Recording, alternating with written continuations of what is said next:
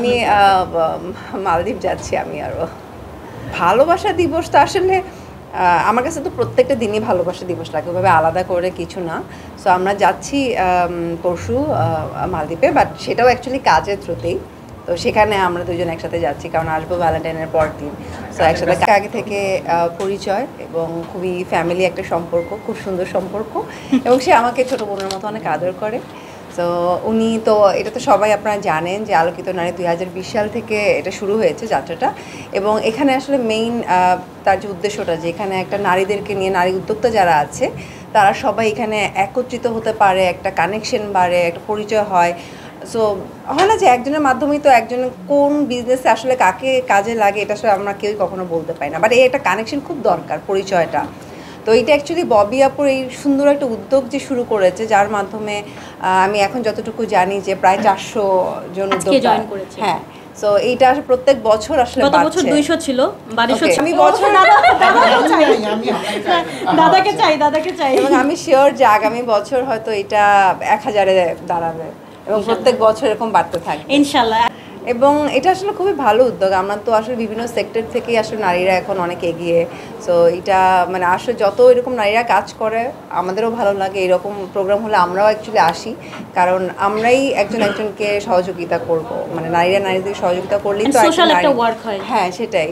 তো যার কারণে আমি এই ধরনের কাজে মানে এরকম প্রায় এই এত সুন্দর একটা উদ্যোগের কাজে আমি থাকার চেষ্টা করি। তো আজকে সেই হিসেবে আসলে আসা। নারীরা তো এখন সব মানে সব সেক্টর থেকে আসলে সব জায়গা থেকে নারীরা এগিয়ে আছে। হ্যাঁ, তো এটা তো অবশ্যই, এটা আমাদের দেশের জন্য তো ভালো।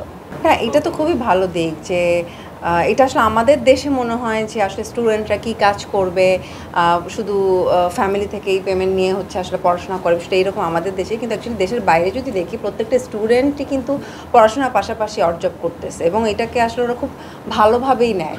তো ওই জিনিসটা আসলে আমাদের দেশে ছিল না, যেটা এখন অ্যাকচুয়ালি শুরু হয়েছে। সবাই চায় কিছু না কিছু জব করতে, কেউ বাসায় থাকলে বাসায় বসেই কিছু করতেছে, আসলে খুবই ভালো দিক। তো যার কারণে বলবো যে আমাদের দেশের স্টুডেন্টরা এখন যেভাবে পড়াশোনার পাশাপাশি এই যে নিজেকে ব্যস্ত রাখছে, কোনো একটা চিন্তা করছে যে না আমি ছোটো একটা বিজনেস শুরু করি, তো এটা খুব ভালো দিক, পজিটিভ।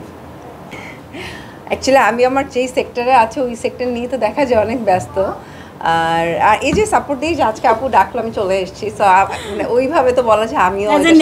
হ্যাঁ, সামনে যেহেতু ঈদ, তো ঈদের জন্য দেখা যায় আমি যেহেতু অনেকগুলো ব্র্যান্ডের সাথে আছি, সো ব্র্যান্ড ইনভেস্টমেন্টের কাজগুলো হচ্ছে। খুব শীঘ্রই আসবো। অ্যাকচুয়ালি আরও আগেই শুরু হওয়ার কথা ছিল, আসলে নানান কারণে আসলে প্রজেক্ট স্লো হয়ে আছে। সো খুব শীঘ্রই দেখতে পারবেন।